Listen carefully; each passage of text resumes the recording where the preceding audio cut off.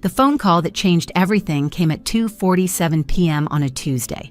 I was in the middle of restraining a German Shepherd for his rabies shot when my phone lit up with an unknown number. Something made me answer it anyway. "Ms. Thorne? This is Joyce Brennan from Child Protective Services. We have your daughter, Gracie, here at the Riverside Emergency Shelter." My hands went numb. The coffee mug I'd set on the counter crashed to the floor, ceramic shards scattering across the white tiles. Dr. Hartley looked up alarmed as the dog jumped back, barking at the sudden noise. "What do you mean you have Gracie?" My voice came out strangled, foreign to my own ears. "She's at Disneyland with my parents. They picked her up this morning." "Ma'am, your parents dropped her here 2 hours ago." The woman's voice was professional, but I could hear the underlying concern. "They told our intake staff they couldn't do this anymore and left before we could get proper information." The room started spinning. I grabbed the edge of the exam table, my knuckles white against the metal. This had to be some kind of mistake. My parents, Warren and Deborah Quinlan, had been planning this Disneyland trip for 2 weeks. Gracie had been talking about nothing else. She'd practiced her princess wave in the mirror every night. They left her there? Alone? The words tasted impossible in my mouth. "She's safe, Miss Thorne, but very confused and asking for you. She keeps telling us her grandparents said this was a special waiting room at Disneyland and they'd be right back. My 7-year-old daughter, my baby girl who still slept with her stuffed elephant and believed in fairy godmothers, was sitting in an emergency shelter thinking she was at the happiest place on earth. The cruelty of it knocked the breath from my lungs. "I'm coming right now." I was already ripping off my medical gloves, my hands shaking so badly I could barely grab my purse. "Please tell her I'm coming. Tell her Mommy's coming right now." "Miss Thorne, I need to inform you that this constitutes child abandonment. We're required to involve the police." "Good," I heard myself say, and I meant it. Because whatever game my parents thought they were playing, they'd just crossed a line that couldn't be uncrossed. They'd used my daughter's innocence and excitement against her, turned a promised magical day into something that would require therapy to process. As I ran to my car, leaving Dr. Hartley shouting questions behind me, one thought consumed me. How could the two people I trusted most in this world do this to the little girl who loved them unconditionally? 3 days earlier, life felt almost perfect. I'd finally gotten my veterinary assistant certification after 2 years of night classes, juggling textbooks with bedtime stories, studying anatomy while Gracie colored beside me at the kitchen table. Friday morning had started with such promise. The October sun streamed through the clinic windows as I prepped the surgery suite, humming along to the radio. My parents had been my lifeline since the divorce 2 years ago. When Brandon walked out claiming he wasn't ready for the responsibility, they stepped in without hesitation. Every weekday at 3:15 p.m., their silver Honda would pull up to Riverside Elementary, and Gracie would run into my mother's arms like she was greeting royalty. "Mommy, Grandma said she has a huge surprise for me." Gracie had burst through the clinic door that Friday afternoon, her brown curls bouncing with each skip. She was wearing the purple dress Mom had bought her, the one with unicorns that she insisted on wearing twice a week. My mother followed behind, her familiar lavender perfume filling the small waiting room.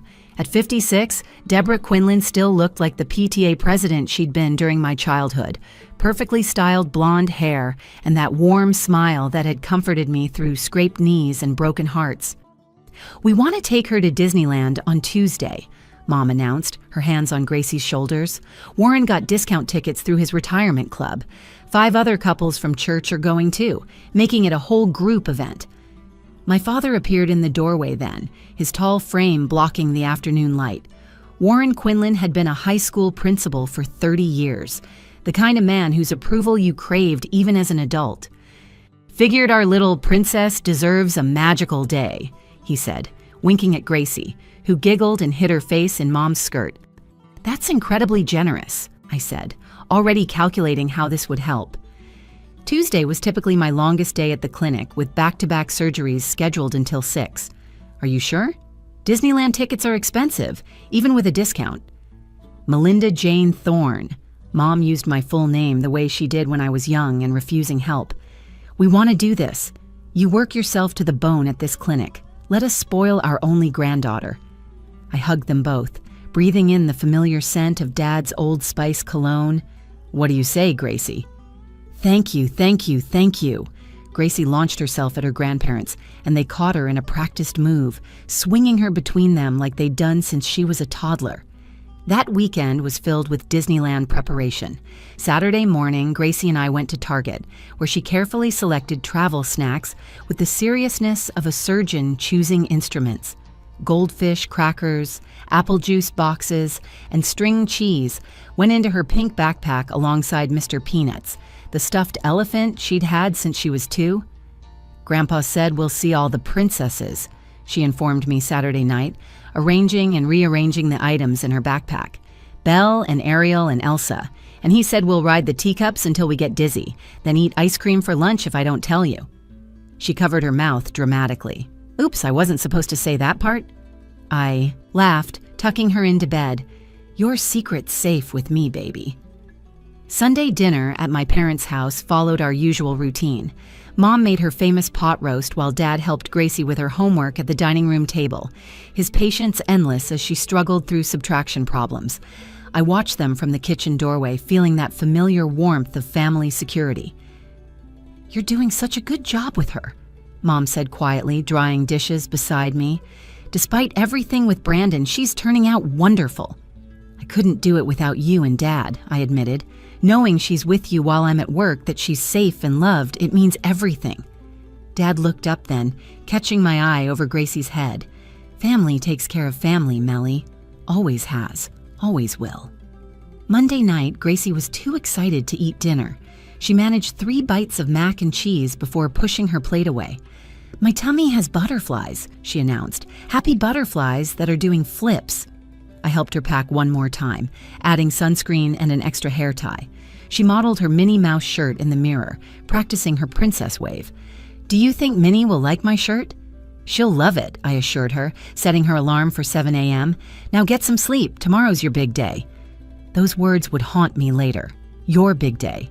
The day I entrusted my most precious person to the 2 people I thought would protect her like I would. The day that started with such joy and ended with police reports and therapy referrals. Tuesday morning started perfectly. My alarm went off at 6:30, but Gracie was already awake, sitting on my bed, fully dressed in her Minnie Mouse shirt and pink shorts, Mr. Peanuts clutched in her lap. Is it time yet? Is it time? She whispered, as if speaking too loudly might make the day disappear. I made her favorite breakfast, scrambled eggs with cheese and toast cut into triangles, though she barely touched it. She was vibrating with excitement, running to the window every few minutes to check for my parents' car. At 7:45, she spotted it turning onto our street. They're here, they're here. She grabbed her backpack and raced to the door. Mom was out of the car before Dad even put it in park, arms open wide. There's our Disney princess. Ready for the best day ever? Grandma, look, I wore the special shirt. Gracie spun in a circle, her backpack bouncing against her shoulders. Dad walked over to me, pressing something into my hand. It was a crisp $50 bill. For dinner tonight, he said, treat yourself to something nice while we're gone. You deserve it. I tried to refuse, but he closed my fingers around the money. Let us do this, Melly. I kissed Gracie goodbye, straightening her backpack straps one more time. Be good for Grandma and Grandpa, okay? And remember everything so you can tell me tonight. Every single thing, she promised, already climbing into her booster seat. Mom sent me a photo 20 minutes later. Gracie holding her Disney ticket in what looked like a parking lot, her smile so wide it must have hurt her cheeks. The caption read, "Almost there, she's about to burst with joy." I showed everyone at the clinic. Dr. Hartley smiled at my enthusiasm. First Disneyland trip? He asked. First everything, I said. First theme park, first time seeing the princesses in real life. She's been practicing her curtsy for weeks. The morning flew by in a blur of appointments. 3 vaccinations, 2 teeth cleanings, and a cat with a mysterious limp that turned out to be a dramatics performance for attention. I kept checking my phone, hoping for more pictures, but reminded myself they were probably having too much fun to stop and text. At lunch, I sat in the break room with my colleague, Jennifer, showing her the morning's photo again. Look at that face, I said, pure happiness. Your parents are amazing, Jennifer said. I wish my kids had grandparents like that. I know, I got lucky. At 2:30, we were preparing for a routine space surgery. I was laying out surgical instruments when I felt my phone buzz. Unknown number. Normally I'd let it go to voicemail, but something made me answer. Ms. Thorne, this is Joyce Brennan from Child Protective Services. The words didn't make sense at first. They floated in the air like puzzle pieces that wouldn't fit together. Child Protective Services. Gracie at a shelter. Parents dropped her off. Can't do this anymore.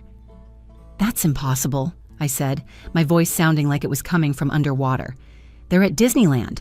My mother sent me a photo. They had tickets. Ms. Thorne, I'm looking at your daughter right now. She's in our intake room. Your parents left her here at 12:45 p.m.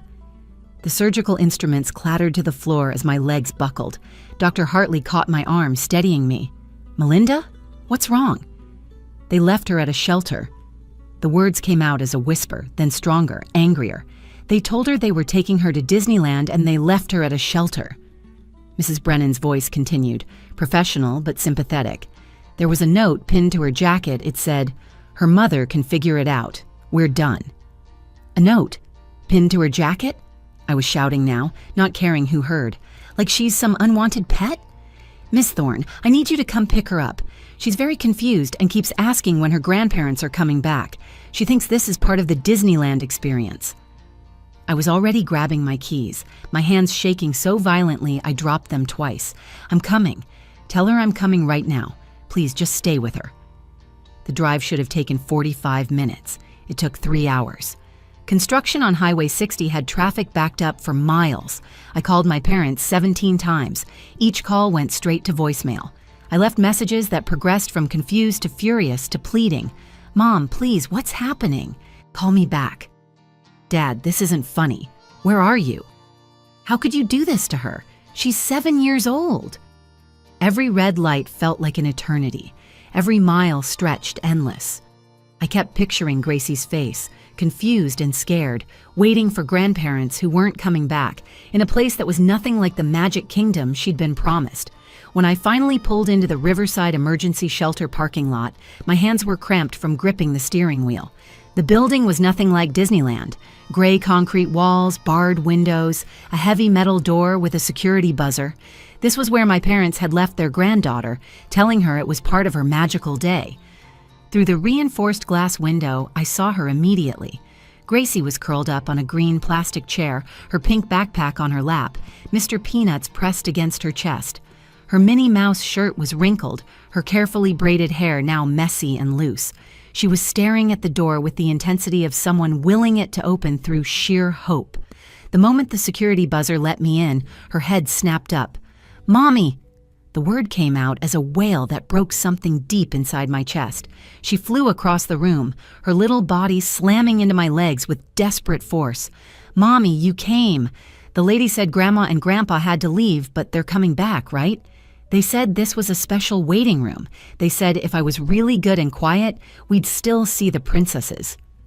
I dropped to my knees, pulling her against me, feeling her whole body shaking. Her skin was cold despite the warm October day. "Baby, I'm here. You're safe. I've got you."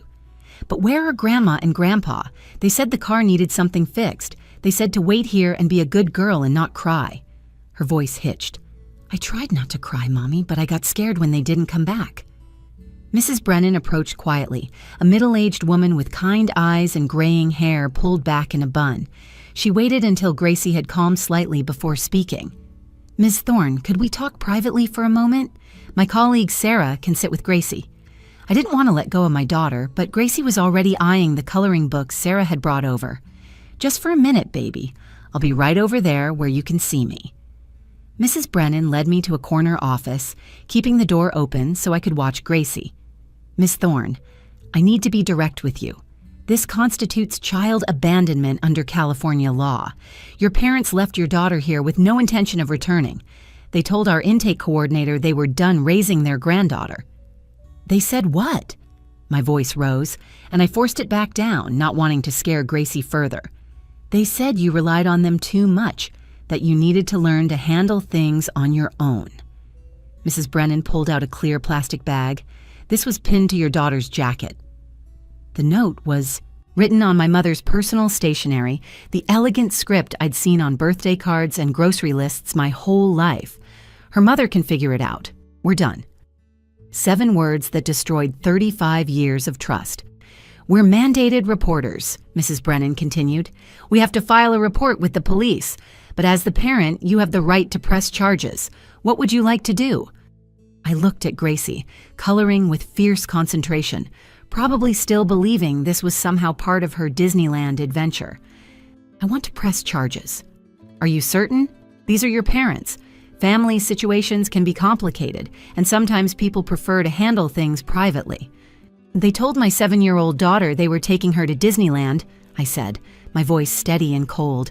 "They used her innocence and trust to abandon her at a shelter. They traumatized her for what? To teach me some kind of lesson? Yes, I want to press charges. I want this documented. I want there to be consequences." Mrs. Brennan nodded, making notes.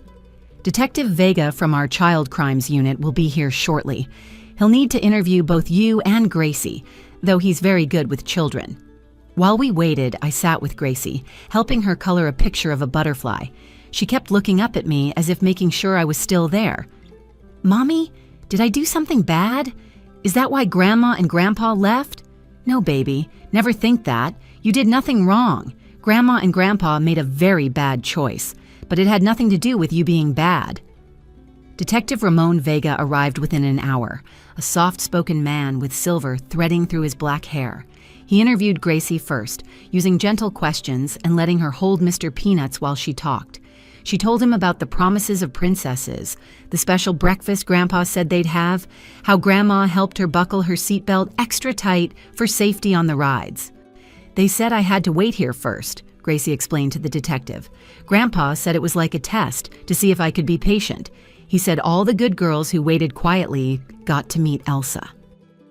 After Gracie's interview, while she played with Sarah in another room, Detective Vega turned to me. "We'll pick them up tonight for questioning. This is psychological abuse, child abandonment, and potentially conspiracy if they planned this together. Are you prepared for what this means? Criminal charges against your own parents?" I thought about Gracie asking if she'd been bad, about the note pinned to her jacket like she was lost property, about the trust they'd shattered. "I'm prepared." 3 days passed before Detective Vega called. "Your parents have agreed to come in for questioning this afternoon. I wanted you to know we've completed our investigation. The evidence is substantial." I'd spent those 3 days holding Gracie through nightmares, watching her flinch every time someone knocked at the door, seeing her check repeatedly that I was still there. She'd started sleeping in my bed, clutching Mr. Peanuts and my hand simultaneously, whimpering whenever I shifted. The detective called again at 4 p.m. "Miss Thorne, your parents have just left the station. I think you need to hear what happened." My parents had walked into the police station like they were attending a church social. Mom wore her pearl necklace and best blue dress. Dad had on his principal suit, the one he wore for school board meetings. They sat down across from Detective Vega with what he described as remarkable confidence. "This is all a misunderstanding," Dad had started, actually chuckling. "We were playing a little prank on our daughter, teaching her a lesson about appreciation." "A prank?" Detective Vega's voice had remained neutral. "Explain that to me." Mom jumped in, her voice bright and conversational. "Melinda has been taking us for granted. Ever since she got that raise last month, she's been talking about putting Gracie in after-school care instead of having us pick her up. Can you imagine? Paying strangers when her grandparents are available? So, you decided to abandon her child at a shelter?" "Not abandon," Dad corrected, as if this was a vocabulary quiz. "We were always going to go back. We just wanted Melinda to panic a little, realize how much she needs us. Maybe an hour or two of worry would remind her to be grateful. You left a 7-year-old at an emergency shelter for over 2 hours. You told her you were taking her to Disneyland." "Well, we had to tell her something," Mom said. "Otherwise, she wouldn't have come with us willingly. The Disneyland story was perfect. She was so excited, she didn't ask questions." Detective Vega had pulled out his laptop then. "I'd like to show you something. This is security footage from the shelter." The video started with my parents' Honda pulling into the shelter parking lot. Gracie's voice could be heard clearly. "Is this Disneyland? It doesn't look like the pictures." "This is a special entrance," my father's voice replied, "for VIP guests like you." The footage showed them walking Gracie inside, her hand trustingly in Mom's. At the intake desk, Gracie had wandered a few feet away to look at a fish tank. That's when Mom quickly signed papers and pinned the note to Gracie's jacket. "Grandma, what's that?" Gracie had asked, noticing the paper. "Just your special Disney pass, sweetheart. Now you wait here like a good girl." The next part was devastating. As my parents tried to leave, Gracie realized something was wrong. She grabbed Mom's jacket. "Where are you going? Aren't we going together?" Dad physically pried her small fingers off the fabric. "We have to get the car fixed, remember? Be a good girl and wait." "But I want to come with you." Gracie's voice rose to a panic. They walked out anyway. The camera showed Gracie running after them, her little fists pounding on the locked door. "Grandma! Grandpa! Please come back. I'll be good. I promise I'll be good. Please don't leave me." She stood at that door for 23 minutes, crying and calling for them. But the worst part came next. The parking lot camera showed my parents standing by their car, clearly discussing something. The audio picked up their conversation perfectly. Mom's voice was clear. She needs to learn that raising a kid alone has consequences. Maybe now Melinda will beg us for help like she should have from the beginning. Dad replied, "Exactly. She thinks that raise makes her independent? Let's see how independent she feels when she realizes what we do for her. The shelter will call her eventually." "How long should we wait before answering our phones?" Mom asked. "Let's give it until tonight. Let her really feel it. Remember how she said she didn't need us to watch Gracie every day anymore? That she could manage? Well, let's see her manage this." They sat in their car for 5 more minutes, engine running, while inside their granddaughter was sobbing for them. Detective Vega had paused the video. "That doesn't sound like a prank. That sounds like premeditated child abandonment, conspiracy to inflict emotional distress, and psychological abuse of a minor." My parents' confidence evaporated. Mom's face went white. Dad started stuttering about misunderstandings. "You're both under arrest," Detective Vega announced. "You have the right to remain silent." Mom had actually said, "But we have dinner plans." The detective called me after they were processed. "They're being charged with felony child abandonment and conspiracy. Bail's set at $50,000 each. The video evidence is ironclad, Miss Thorne. They planned this, executed it, and showed zero remorse until they realized there were consequences." I sat in my dark living room after that call, Gracie finally asleep upstairs, and realized the full truth. My parents had used my daughter as a weapon against me, her innocence as ammunition in some twisted power play I hadn't even known we were fighting. The trial lasted 3 days and made headlines across Riverside County. Grandparents arrested for elaborate Disneyland deception ran on the front page of the Tribune. My parents' church friends sat behind them in court, their faces shifting from supportive to horrified as the security footage played. They pleaded down to misdemeanor child endangerment, 2 years probation, 300 hours of community service, mandatory psychological counseling, and a restraining order keeping them 500 feet away from Gracie and me at all times. Their lawyer argued for leniency based on their lifetime of community service and momentary lapse in judgment. Momentary. As if planning an elaborate deception, traumatizing a 7-year-old and standing in a parking lot discussing how long to let me suffer was momentary. The real aftermath wasn't in the courtroom, though. It was in my living room, where Gracie went through 6 months of twice-weekly therapy. Dr. Patricia Chen specialized in childhood trauma and used play therapy to help Gracie process what happened.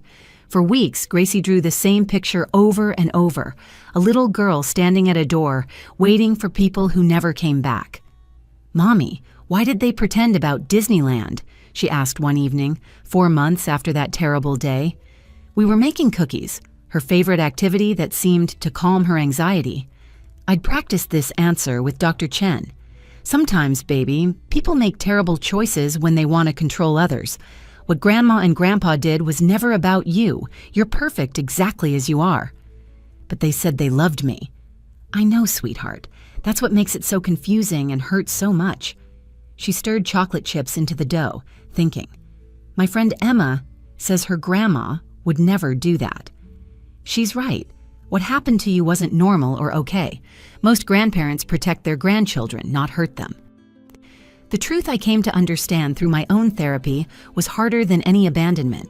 The people who are supposed to love you most can be the ones capable of the deepest betrayal.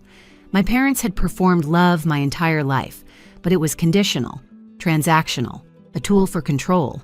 When I stopped needing them the way they wanted me to need them, they used my daughter to punish me. But here's what they didn't count on. Trauma either breaks you or builds you. Gracie and I, we built something stronger than before. Dr. Hartley's wife, Susan, started picking Gracie up from school. She was a retired teacher who missed being around children. "No payment," she insisted. "Just let me spoil her a little." She taught Gracie to knit, to bake bread, to plant tomatoes in her garden. Mrs. Brennan from Child Services checked in monthly, even after the case was officially closed. She became Aunt Joyce, joining us for Sunday dinners and Gracie's school plays. "You two are my success story," she said, "the ones who didn't let it define them." Detective Vega sent Gracie a real junior detective badge for her 8th birthday with a note, "For the bravest girl I know. Your courage helped make sure no other child goes through what you did." Because that was the other outcome. My parents' case led to changes in how the shelter processed intake, requiring multiple forms of verification before accepting children, preventing anyone else from using their tactics. 8 months after that horrible Tuesday, I kept a promise. I took Gracie to actual Disneyland. As we drove into the parking lot, she grabbed my hand. "This is real, right, Mommy? We're really going?" "Every magical second of it, baby." We rode every ride she wanted, some of them 3 times. We met every princess, and when Elsa hugged Gracie and said she was brave and strong, Gracie whispered, "I really am, aren't I?" We stayed until the fireworks, Gracie on my shoulders, her hands stretched toward the exploding lights. That night in the hotel, she said something that broke and healed my heart simultaneously. "Mommy, I'm glad it's just us. We don't need anybody else to be a real family." My parents had tried to teach me a lesson about needing them. Instead, they taught me that Gracie and I were enough, that real love doesn't come with conditions, manipulation, or cruel tests. That family isn't about blood, but about who shows up, who stays, who chooses love over control. The security footage that convicted them became my reminder that when someone shows you who they really are, believe them the first time, even if they're the people who raised you, especially then. Sometimes the family that betrays you actually sets you free to find the family you deserve. And sometimes that family is smaller than you imagined, but stronger than you ever thought possible. Just a mother and daughter, building a life from trust, real love, and the absolute certainty that no matter what, we show up for each other. No tricks, no tests, just love. If this story resonated with you, if you've ever had to choose between toxic family and your child's well-being, know that you're not alone. Like this video, if it touched you, share it with someone who needs to hear that choosing to protect their children from harmful family members doesn't make them bad people. It makes them good parents. Comment below with your own experiences of choosing chosen family over blood relations. And subscribe to this channel for more stories of resilience, survival, and the courage to build new families from the ashes of old betrayals. Remember, you deserve love without conditions.